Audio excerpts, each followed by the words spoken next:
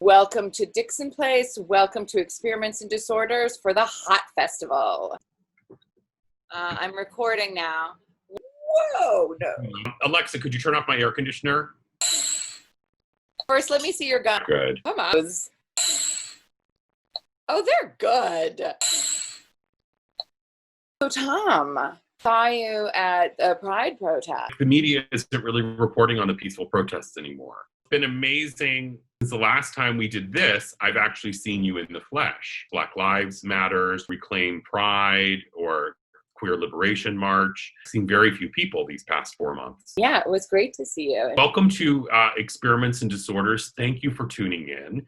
We're very pleased to have a special Hot Festival edition of our literary series. The Hot Festival is the oldest queer arts festival in the country. It's certainly the best. The Hot Festival is the longest running queer arts festival in New York City. A festival of all kinds of arts, puppetry, literature, dance, burlesque, and theater. We're really thrilled with the two artists we have to share with you tonight. It's Sur Rodney and Bishakh.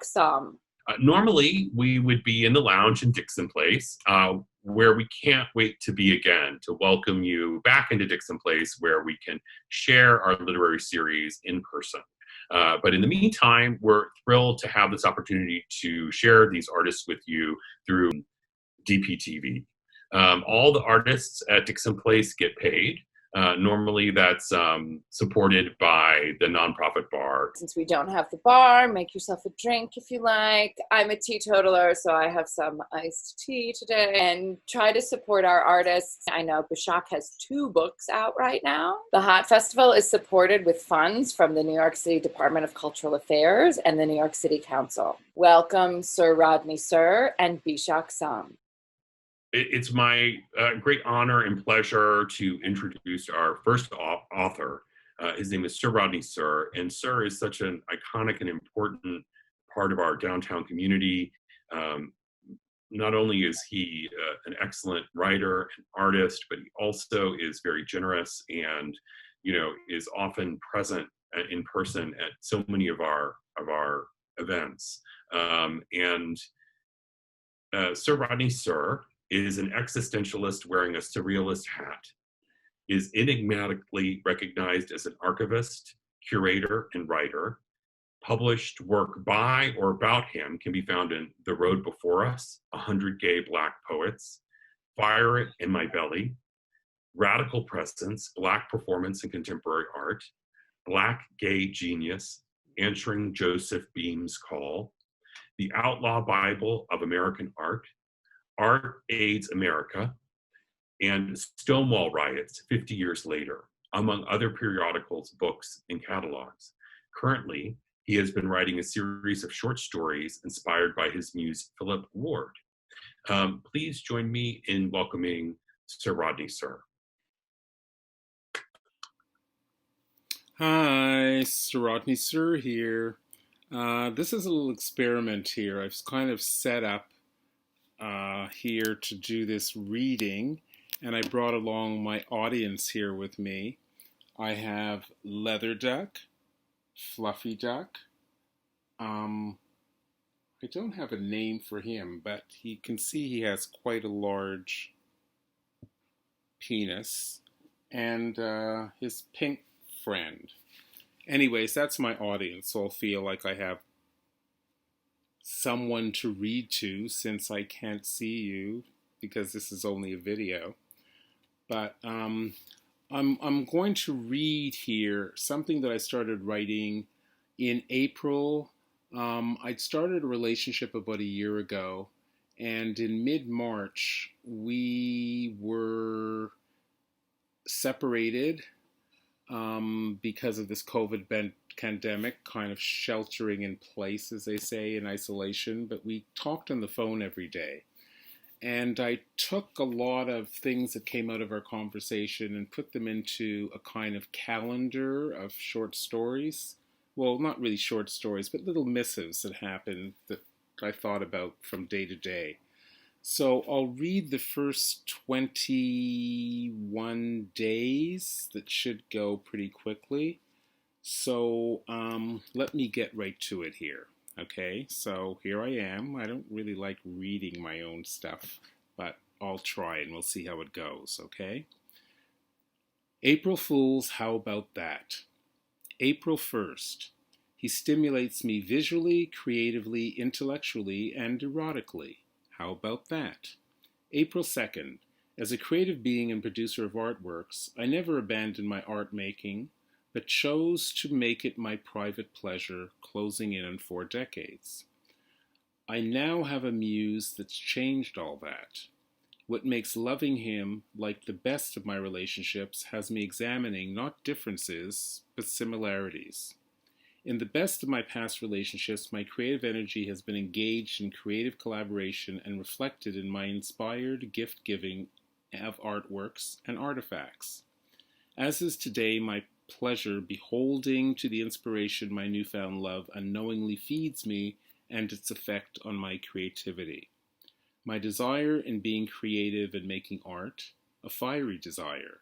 Some of it engages writing, something I will continue to do, in observance of what poet Brother Donald had to say.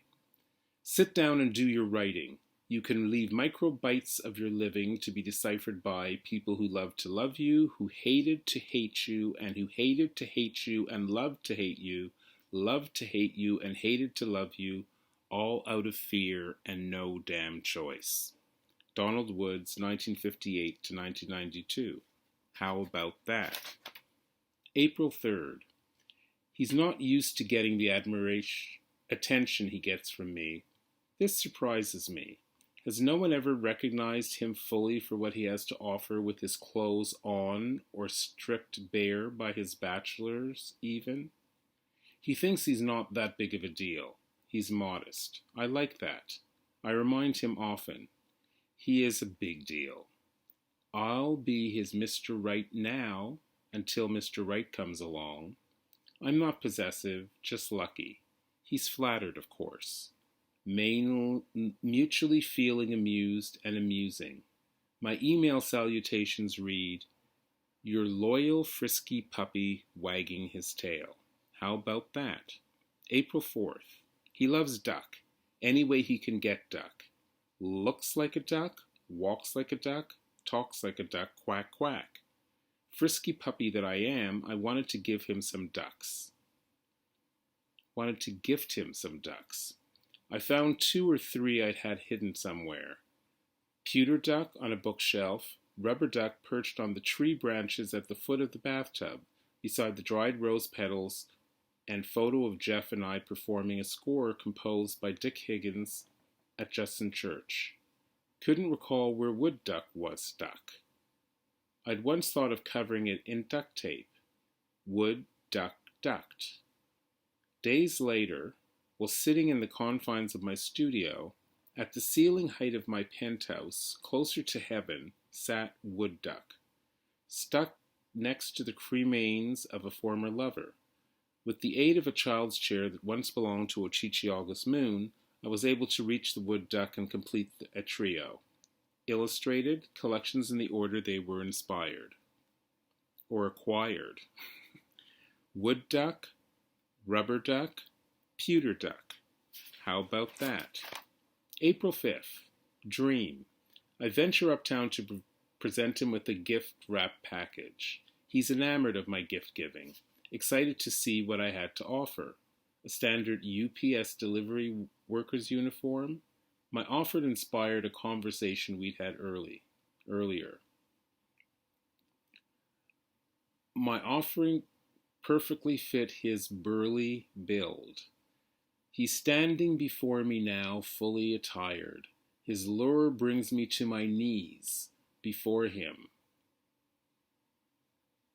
No, I have to read that over again.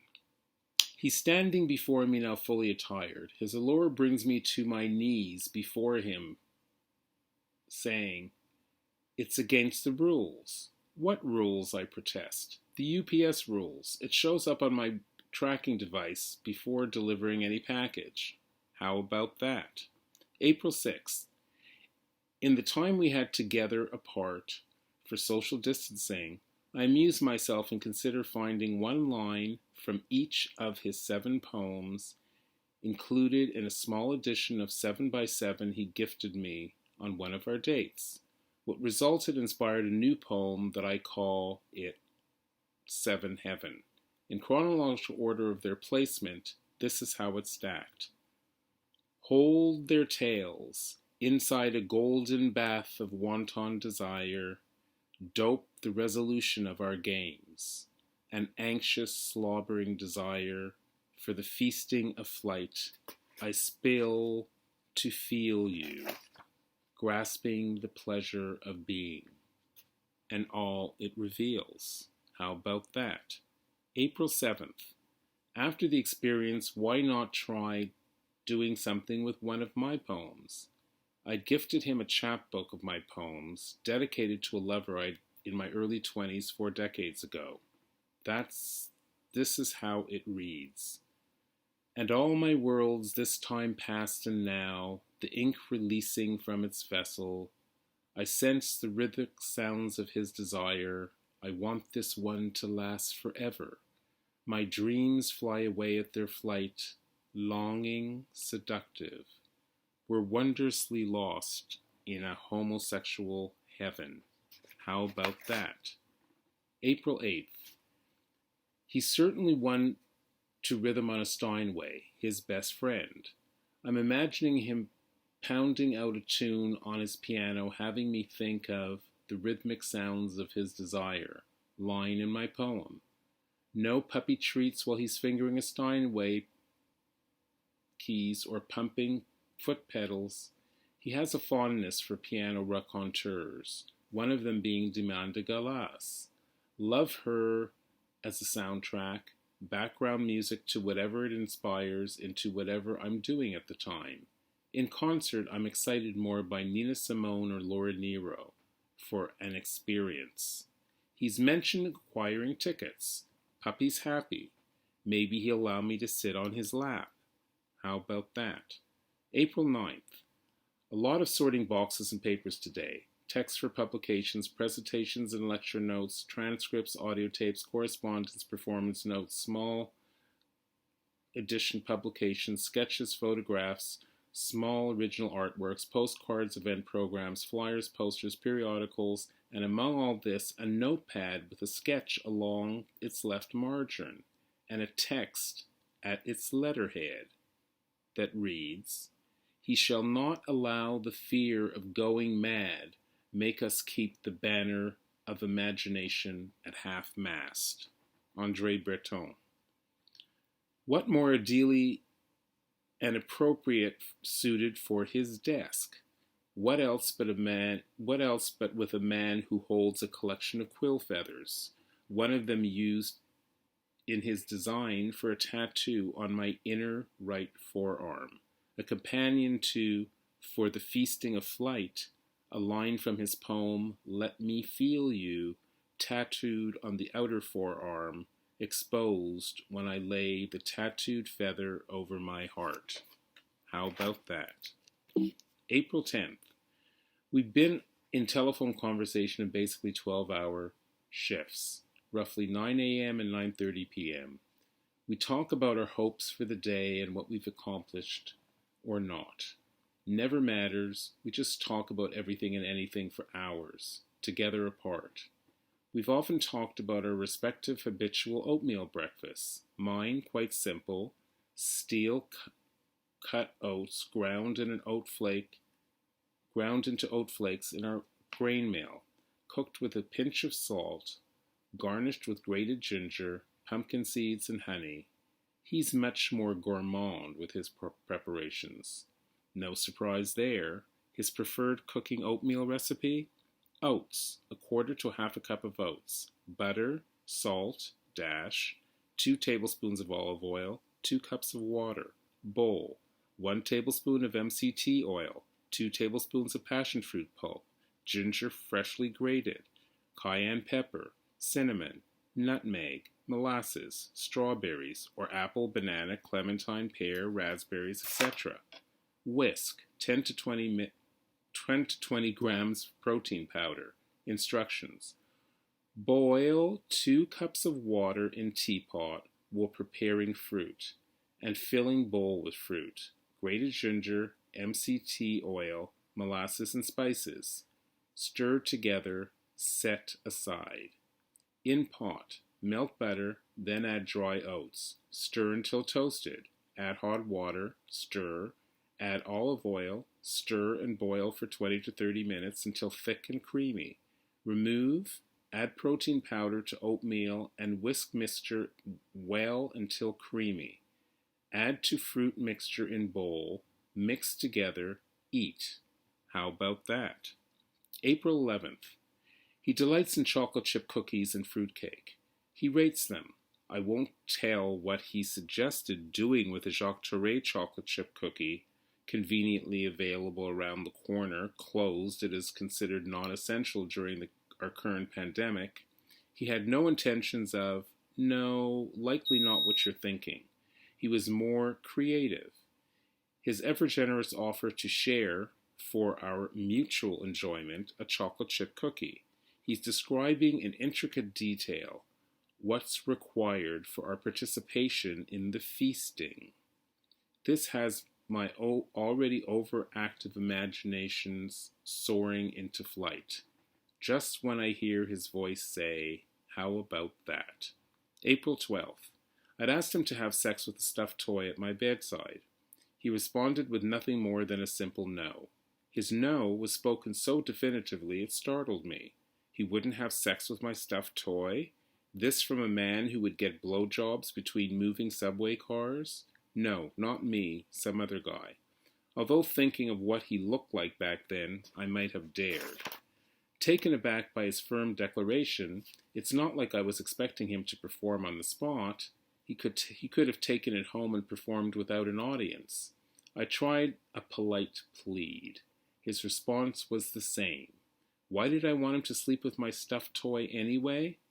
To keep company with the sweaty t-shirt I'd asked him for I use as a pillowcase. How about that? April 13th. We're talking about the COVID-19 pandemic and fearlessness of some folks waiting for the rapture.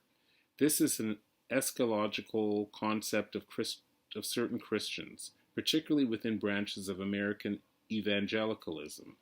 It consists of an end-time event, a second coming when all Christian believers who are alive, along with their resurrected believers, will rise in the clouds to meet the Lord in the air. This fascinates me, this floating up into the clouds. Astronomers tell us it's cold up there. Wouldn't they freeze and drop back to Earth as blocks of ice and be crushed?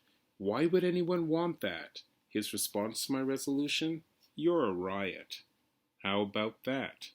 April 14th. I've shared some of my writings with my other country writers' workshop buddies.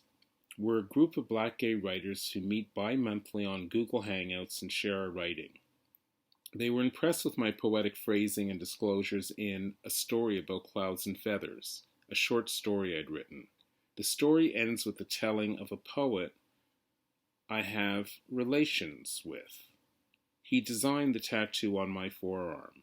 They were curious to see what this poet looked like. I emailed them a photo of us together at a memorial event for our poet friend John Giorno. Y'all look good together. Contrasting styles, warm smiles, beneficials, reads the first response. I respond with more information on the status of my beneficial, to which a second responder comments, so you're dealing with royalty. I sent him a photo of my beneficial dressed in Brooks Brothers and seated on a throne, with his legs splayed. That gets a quick response. Kneel, worship, drink from the royal fount, rejoice.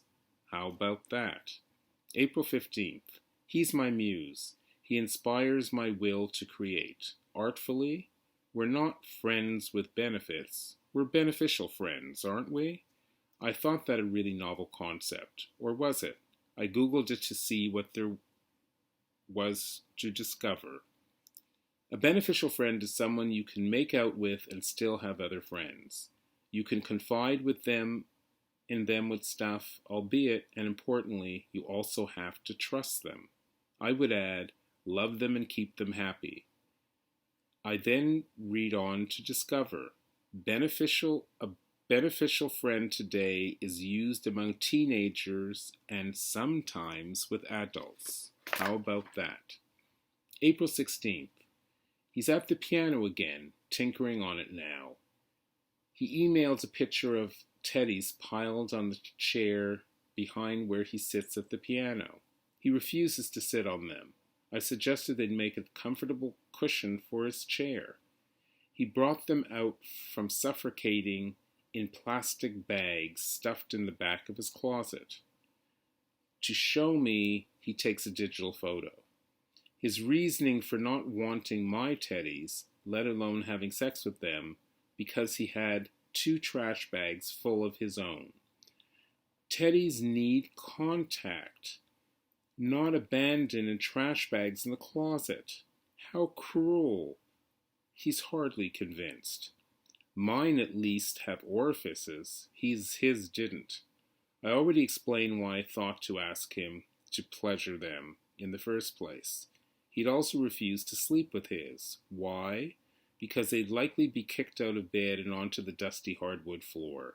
He's trying to be reasonable. This from a man who sleeps with 9 pillows.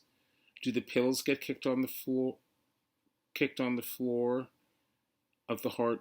Do the pillows get kicked off the bed onto the dusty hardwood floor? The pillows are heavier than teddies. He reasons with an E-flat key on the piano. How about that? April 17th. He thinks I'm a riot. He tells me this all the time, laughing when we both do. I like that, and I humor him. He likes that too.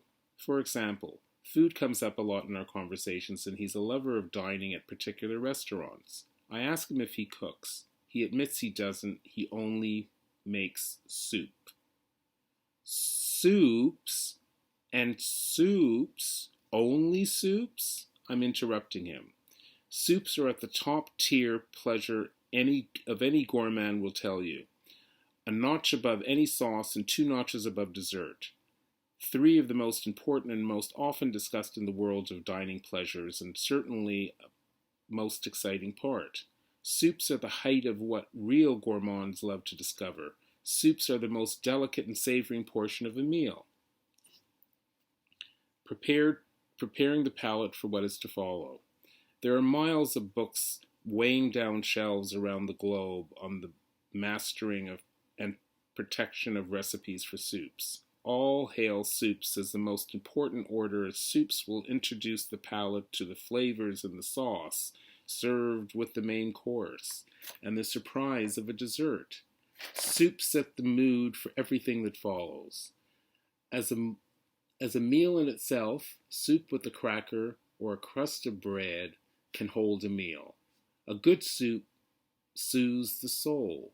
You say you make only soups? Soups are the gold of the House of Gourmand. I'll take a soup chef over a sous chef any day. How about that? April 18th. He's big on hugging. My cheek massaging his neck have me inhaling a pleasant aroma from his showers with Roger Gallet ginger soap manufactured in Paris. A hint of Brooks Brothers classic cologne spray, subtle but there. He's particular in his grooming. He likes to have the silver rim of his hair on his head cut in 3-week cycles. He manages his goatee. Having the barber trim the nose and ear hairs always has him feeling uneasy. I suggest a home grooming tool. The best ones have a built-in vacuum. How about that? April 19th. He's at the piano again, now attempting to illustrate to me the difference between a major, minor, flat, sharp, and naturals. He rolls up the cuffs on his Brooks Brothers shirt. I'm delighted with the way he pauses between notes as he carefully explains the differences between a major and a minor, a flat and a sharp, and a natural key. I'm smiling and understand nothing, albeit I'm adoring the beauty with which he how carefully considered he is in explaining all this. I'm smitten. What musical anything I might find for his pleasure. My story about my musical ear trained when I was a child listening to Thelonious Monk. Or the guitar I traded for a football, having no interest in either. I was more interested in the guy and his football that became my fetish object for years. Or maybe the rhythm and noise of the drum machine and ray gun I performed with at the Harlem State Office Building for a Blackheart fundraiser.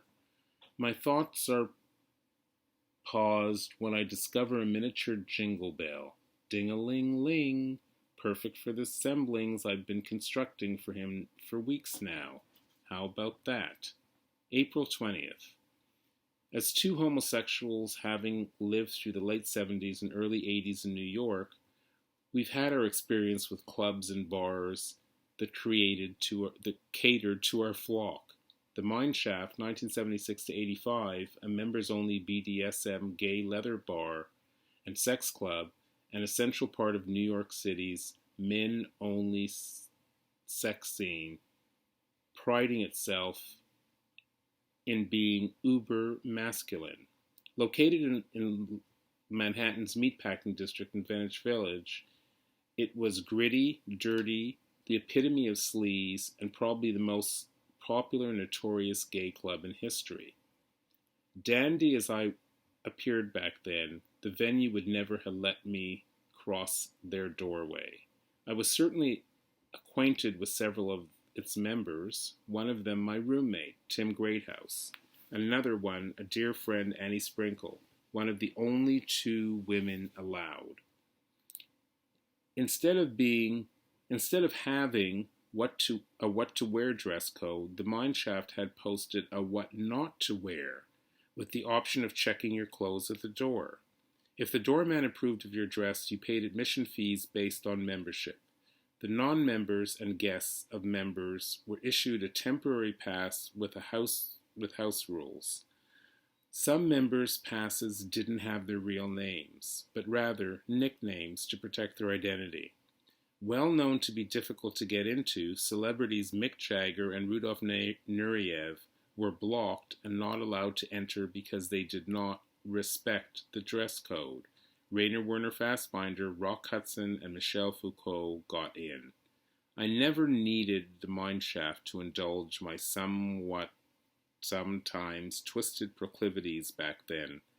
Today I have a sometimes willing muse who puts up with me in my foolishness. How about that? April 21st. Last night I emailed him a draft of my collected series of short stories, dated April 1st to April 20th. He read them before his sleepy bye. All you have to do is be yourself, he tells me. I'm reminded of that very quote posted earlier on one of Quentin Crisp's internet sites he set up and manages from his office, opposite the piano. Am I not always being myself, I ask myself, and come to conclude, I'm an existentialist wearing a surrealist hat. Finding the self is no easy task. Practice makes perfect. Writing about it while living in it, another story. What's in being ourselves? What makes any story? How true is the story when told as yourself? Some of what I'm trying to do here. How about that? It is my pleasure to welcome our next reader and illustrator, Bishakh Sam. Bishakh's work has appeared in The New Yorker. She actually has a comic in this week. We're Still Here, which is the first all-trans comics anthology. Beyond, Volume 2, which is the queer, post-apocalyptic, and urban fantasy comics anthology. The Strumpet, the Boston Review, Black Warrior Review, Vice, the Brooklyn Rail, Huffington Post, BuzzFeed, Ink Brick, and Little Nemo, Dream Another Dream. Her graphic novel, Apsara Engine, is out now from the Feminist Press, and her graphic memoir, Spellbound, is going to be published this August by Street Noise Books. So she has 2 books out right now. Her artwork has been featured in solo shows and galleries around the world and in New York. And you can find her website, bishakh.com. Please welcome Bishakh Som. Hey everyone, my name is Bishakh Som. I'm really happy to be part of Experiments and Disorders, and thank you to Tom and Christen for inviting me to be part of this today. I'm going to be reading 2 stories from 2 books that are coming out, one of which has come out already this year. So I guess I'll get to it. This first story is from my collection called Apsara Engine, which is out from the Feminist Press. It came out in April. Great timing. And so yeah, let's see if I can share my screen with you, and I will read you this story.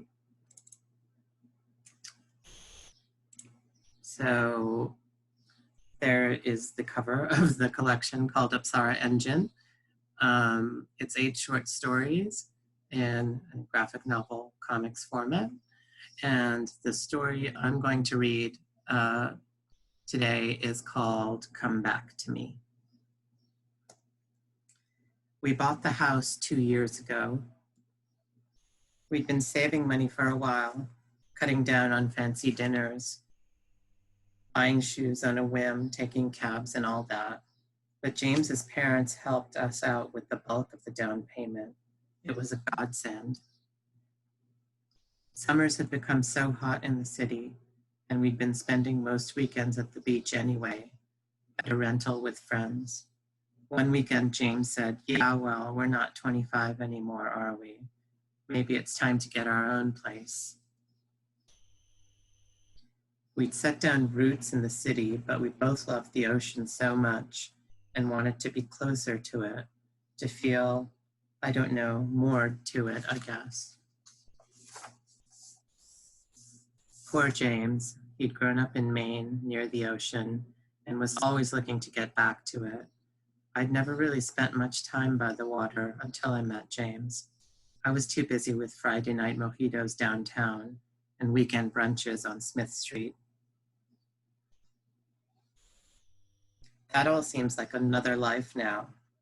Oh, I'll still meet up with Maisie and Gretchen after work once in a while, but God knows even that's become an exercise in time management. I do wonder if they envy or pity me, being the last of our little gang to be still unburdened by motherhood. I keep telling them James and I aren't ready yet, and they start up with the tick-tick-ticking sounds. And I'm all like, "Have another drink, bitches," and we all laugh. Anyway, I forget about all that when it's twilight and there's a salty breeze on the beach and the sand is still warm underfoot. I could just walk for hours, not having to focus on any one thing in particular. James prefers morning walks when the light on the ocean is glimmering, flickering rapidly like thousands of diamonds popping in and out of existence. But my evening walks are my own. I feel a glorious nothing inside.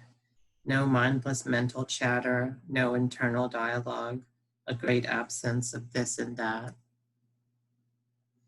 It was hard to get to this point, though.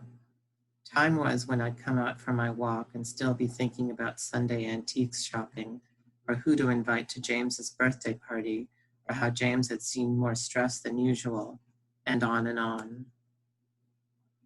And cutting off that constant stream of thought, why was that so difficult? My yoga teacher used to say we should stop being so scared of the idea of nothing and embrace it instead. I don't know if that's what I've done. All I need to know during this time is the sound of waves, the call of gulls, the line of the horizon, the flight of clouds. I don't really talk to James about this kind of stuff. Not that he wouldn't understand, but I sound like an ass to myself going on about it. And it's not even as if I'm uncomfortable with it, because it seems vaguely spiritual or religious and therefore wacky.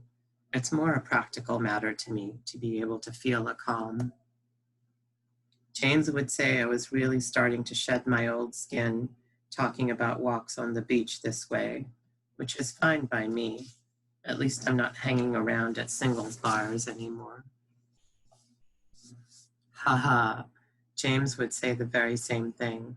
When we first got together, we'd spend evenings at his apartment, drinking wine and laughing. Thank you for saving me, he'd say. The inevitable weekends out with his buddies were becoming tedious. And unlike a lot of guys, he really wanted to settle down early, even before I did. Not that I minded. I was so happy the day he asked me. God, I was delirious. It wasn't a surprise. We'd been together nearly a year, but still. He kissed me on my forehead, my nose, my lips, my neck, my chest, my stomach, on both thighs, knees, and then both my feet. Who else would have done that? Then he asked me and I said yes, and we both just started laughing. We were both so happy, and I held his hands and kissed them, one finger at a time, over and over again. At first, things went pretty quickly. My mom started planning as soon as she got off the phone with me, I'm sure. I was all like, Ma, come on, please. We'll take care of it, seriously, which of course did absolutely no good at all. And I guess we did take care of it eventually, and thereby set a new record for longest and strangest engagement ever.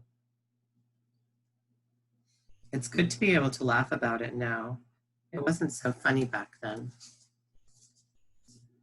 No, it was a long and stressful time for both of us. James was suddenly called away for weeks at a time, off to Tokyo, Bangkok, Shanghai, to deal with a flurry of projects that he'd been trying to manage for a while. It was an amazing turning point in his career. He was obviously starting to be taken very seriously, and for us and our future, that meant only good things. But for me, alone for great yawning stretches, well, I was bored. So I'd call up Maisie and Gretchen and they'd feel bad for me, and we briefly revived our Friday night routine, which was all pretty funny until he was pretty shy and nervous. He'd been dragged to the bar by his buddies. I was, well, pretty drunk, and I thought he was cute, tall, thin, boyish, slightly geeky, and I came on to him pretty aggressively. And no, I didn't know what I was doing. I wasn't really thinking. Like I said, I was bored. Anyway, I took him home. Of course it was strange. Instead of James, muscly and hard, there was this gangly child next to me. I don't think he knew what hit him. Although I'd tempered my approach after that night, I'd cook him dinners. He was happy to have someone feed him, and he'd tell me about his band, his jobs, his mom. I'd go to see his band play and buy drinks for him and his friends. I felt silly and immature, but that, I guess, was the point. He did. He said it once, which only added to his charm. He said he loved me and that he felt bad about the situation, but at the same time, we were both thrilled. And for a short while, I thought about what it would be like to stretch out this giggle. James phoned one night in September to say he was off the overseas projects after much negotiation and complaints of battle fatigue, and that he was coming home for good. So that ended that. I let my little man-child go and he went, reluctantly and not without a small fight, but nothing painful, thank God. James doesn't know anything about it. There was no point in telling him. It would have killed our relationship, our future, for the sake of what? I don't know, a sort of slavish allegiance to the truth. Anyway, I'm sure he was off with some Asian beauty at some point, and I'm sure he wouldn't tell me if he had been. He knows I'd fall apart. But that, and so many other things, is all history and has very little to do with how things are now. And now is where I want to be. Now with its intermittent surprises and minor triumphs.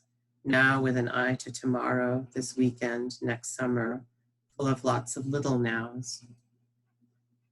I want a future of love and goodness, a summer in Provence, moonlit dinners, birthday parties, bubble baths, and yes, someday, a baby. But for tonight I want James in nothing but a leopard skin loincloth, bounding around the room, jumping on the bed, beating his chest, and declaring his undying love for me. Oh God, can you imagine that? I love it, ha ha. He'd have to wear a greasy Tarzan wig to complete the effect. Maisie and Gretchen would die laughing. Ha ha ha ha.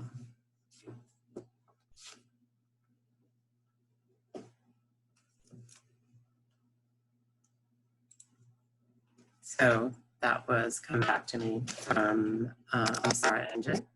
And now I'd like to share with you an excerpt from my second book, which is coming out in August 2020. It's a graphic memoir called Spellbound, and it's coming out from Street Noise Books. So let's do the screen share screen thing again. Okay.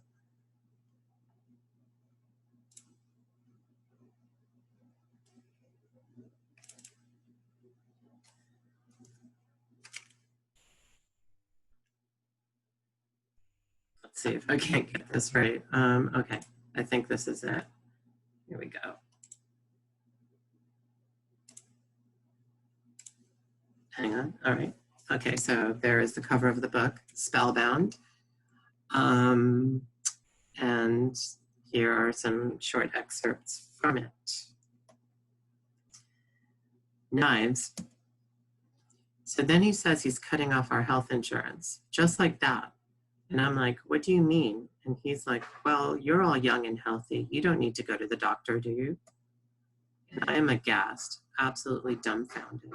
So I said, are you crazy? I need monthly medications. And he was all, oh, what do you take? And I'm like, I'm not telling you that. And that was just the last straw. No paychecks for a month, weird ass erratic behavior, and then no health insurance. So I'm like, this is insane. And I quit. Oh my God. I know. The man doesn't even understand the concept of health insurance.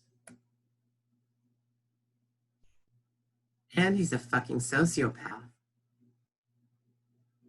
Okay, Miss Sharp, knives back in the knife drawer, please. Oh, God damn it. Hey, it's all good. It's gonna turn out okay. How do you know that? Because I'm gonna do severe penances on one leg in the Himalayas for a whole year until Lord Shiva himself appears to me and grants me a boon, at which point I will implore him to take care of your sorry ass. That's how. Toxic. Maybe it was impetuous, but I just could not bear being in that office. The atmosphere was just toxic.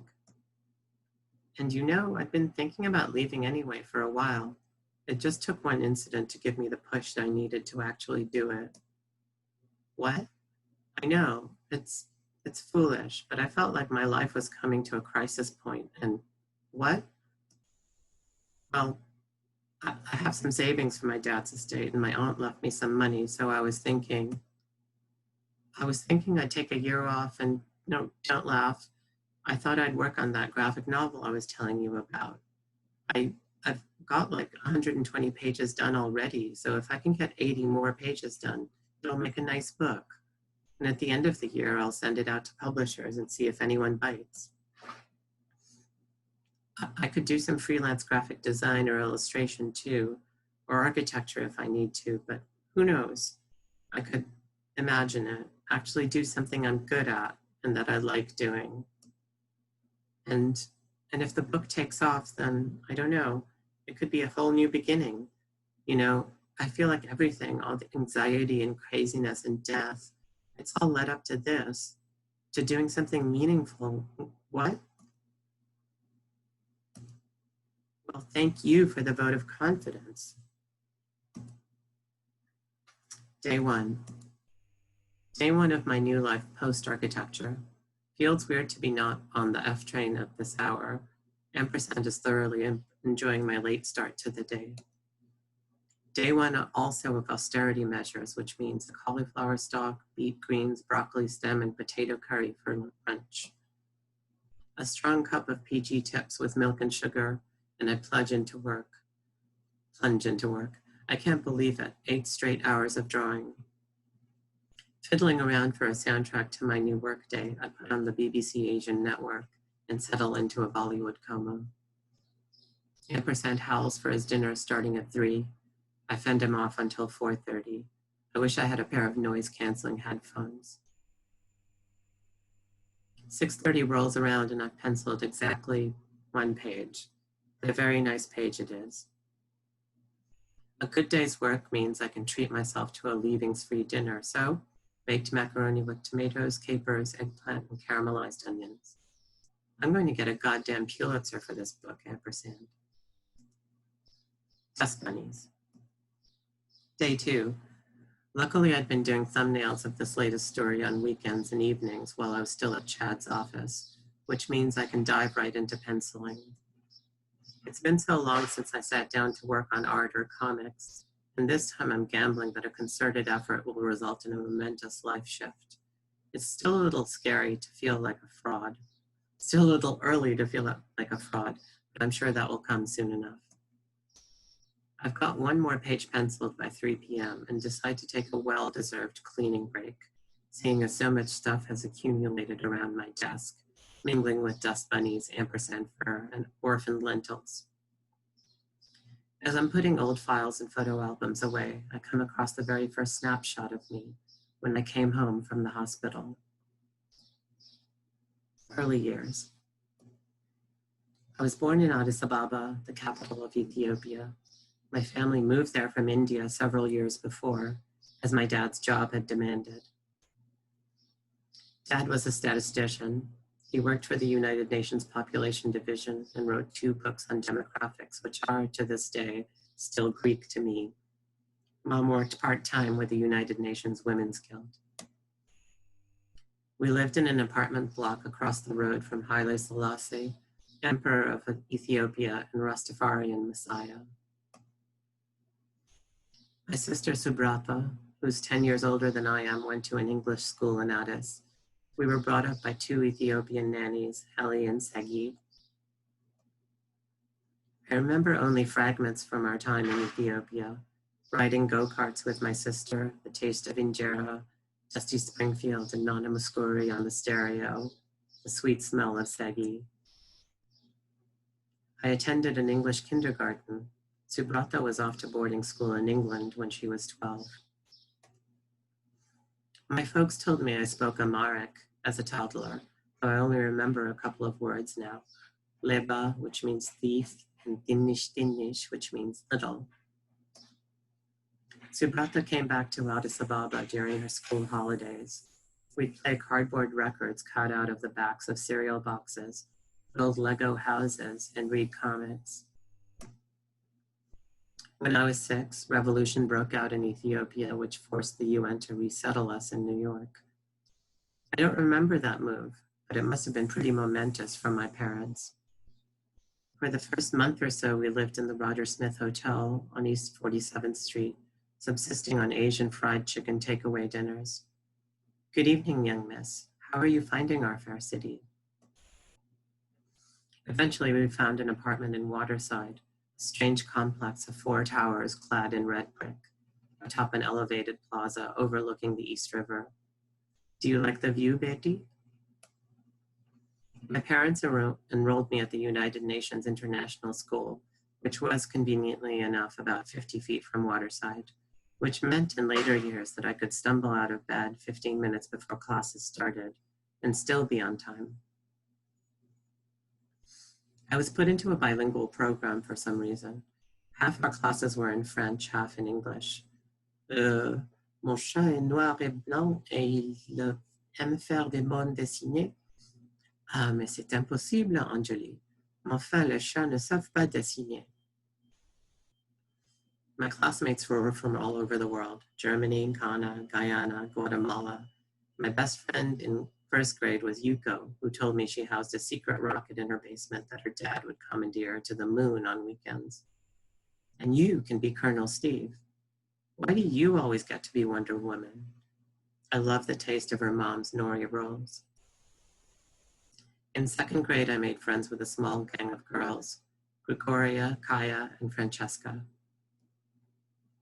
Somewhat organically, we began drawing comics on 11 by 14 newsprint. We invented a crew of bizarre characters, a sneezy nose with arms and legs, a woman with a bottom for a head. We'd often have sleepovers at each other's houses. One time at Francesca's palatial digs on the Upper East Side, we stole into her parents' bedroom, where from a chest of drawers, she dug out a tiny velvet-lined box, one of her mom's glass eyes. See? What? In fifth grade, we were hanging out on Francesca's bunk bed when she revealed to me the mysteries of the joy of sex. I remember lovingly rendered drawings of very hairy men. Well, what are they doing with that rubber band? At birthday parties, we'd play Pass the Parcel and dance to the hits of the day. Sean Cassidy, Sister Sledge, the Sugar Hill Gang. Sixth grade meant moving up to the fourth floor of the school. We were all very impressed with the chemistry labs and such. Whoa, that's some serious shit. Oh my God, stop swearing. Once a year, our class would be taken off to New Jersey for camping excursions. There was bug juice, trust building games, apple cobbler, sitting with some of the cool boys during lunch. I haven't shat in days. French class got more intense. Our new teacher, Madame Cuvelier, had flaming red hair and an assertive manner. We called her the Dragon Lady. She petrified us mightily, but I wanted to be like her. Bold, confident, sexy. Et alors, cette pièce de Molière, qu'en penses-tu, Angélie? Enfin, c'est-à-dire... I had taken up the clarinet under the impression that playing jazz was cool. Little did I know that we'd end up playing things like Ebony and Ivory and the theme from Rocky and woodwind ensemble instead. Come on, flutes, allegro, get it together. I continued to make comics under the tutelage of Dorothy, who was a year older than I was, and took me under her wing. She used rapidographs for inking. I was still stuck at the penciling stage, and Zipatone, look it up, for shading. Whoa, this is like so professional. Just stick with me, kid. In chemistry class, while the other kids were busy with experiments, I'd watch Madame Cuvelier teach French in the classroom across the way. Hey, are you going to help with this titration or just go up at her all day? I was a pretty shy, dweeby, introverted kid. I exhibited none of the bad behavior that seemed to be mandatory to high school experience. My pals and I would hang out after school, drinking Cokes and snacking on gummy bears and Lick-a-Maid. The other kids would smoke, drink, pair off, make out. Our nerdiness exempted us from those particular practices. In the evenings, we'd chat on the phone for hours about homework, computer games, the best strategies for running the dreaded mile in gym class. My friend Harisita's suggestion, just run as fast as you can the whole way, which I did. Oh, gross. Well, clearly that did not work out as planned, only to throw up at the end of it. In French class, Madame Cuvelier had started to single me out. She lavished praise on me continuously. I would visit her in the modern languages department after school. I'd sit there on the floor just below the fog of cigarette smoke and gift her with records. Ah, le j'aime. Merci, Angélie. C'est vraiment gentil. I made a new crew of friends, and together we started to get into scary music. Joy Division, Bauhaus, Susie and the Banshees. I began wearing Dr. Martens boots and oversized fuzzy pullovers. We would go to CBGBs to see ska and hardcore bands. I was starting to feel less dweeby, a little more dangerous. After classes, we'd head off to St. Mark's Place to buy records, t-shirts, and badges, culminating in a pilgrimage to Bleecker Bob's record store in the West Village, with its notoriously surly owner often hovering about. What are you looking for? Punk? New wave? Gothic? Huh? I'm just browsing. Dad seemed to enjoy his work at the UN. He was always traveling off to a new destination every few months, Tashkent, Ankara, Geneva, Belgrade. Mom had started doing a master's at Teachers College at Columbia and occasionally subbing at my school. Being proper Bengalis, my folks were obsessed with fish, and the best fish markets were in Chinatown, where Dad would take me on weekends. The Chinese fishmongers got to know him and even picked up a few Bengali phrases from him. Hello, sir. Apni kemon achen? Bhalo achi, thank you. Twice a year, we'd go out to New Jersey or Long Island for Durga Puja and Kali Puja, annual festivals honoring fierce Hindu goddesses. Every couple of months, we'd visit my aunt out on Long Island. These were sleepy affairs, the highlight of which was preparing dinner: rice, dal, fried okra, neem leaves, vegetable curry, and of course, the revered and much discussed fish entree. Can't they see that these excursions into suburbia are killing me? My attitude in those days was spectacularly obnoxious. In 11th grade, Madame Cuvelier invited me over to her apartment on the pretext of returning her dissertation, which she'd lent me over the summer. She answered the door in a nightgown, shooed her kids away, and made us a pot of tea. We chatted for a good while en français about jazz, socialism, my plans for college. Ah, te voilà, Angélie. Entre, je t'en prie. I left trembling. At the advanced age of 18, I kissed a boy for the first time. Timo, a tall German kid who used to date Ragatha, the middle chick in our grade. What he saw in the likes of me was unclear. He tasted of cigarettes, which seemed very sexy to me at the time. One time in art class, Frances, who I'd known since 2nd grade, told me, Timo says you're an excellent kisser. For my final project in art, I drew a short comic, something about disaffected youth in a record store, and did 2 paintings that riffed on that comic. I thought I was getting pretty good at art, and I thought I could go on to study fine arts in college. It's looking so nice on you. Oh, thanks, Ma. But my folks urged me to follow my bourgeois Bengali calling and become a doctor instead. I applied to and got into Cornell to study biology. I wasn't at all enthusiastic about this, but I thought I didn't really have a choice. You can do art in your spare time, Anju. Graduation day was a bit of a whirlwind. The ceremony took place in the General Assembly Hall at the United Nations. Ragatha showed up in a formal gown, and everyone applauded. There was a party afterward at some hole in the wall in the East Village, and everyone was drunk. Timo broke up with me that day. But I kissed 2 other boys, and Harisita that night. In August that year, my aunt and my mom drove me up to Ithaca in a rented station wagon. I sat in the back with all my boxes of clothes and records and read a letter that my friend Nishama, who I'd known since we were 7, had written. It's a scary world out there, princess, but I know you, and I know we can do this.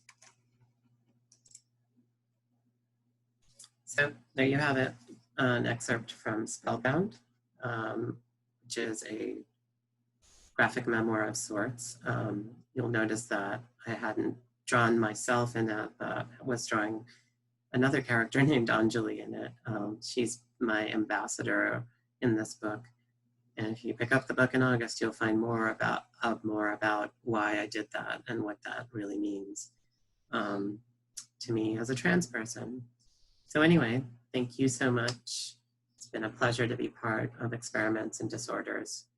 And stay well, and blessings upon all of you. Thanks so much. Thank you so much for joining us for Experiments in Disorders during this hot festival at Dixon Place. Please keep Dixon Place in your hearts, in your minds. Please support our artists.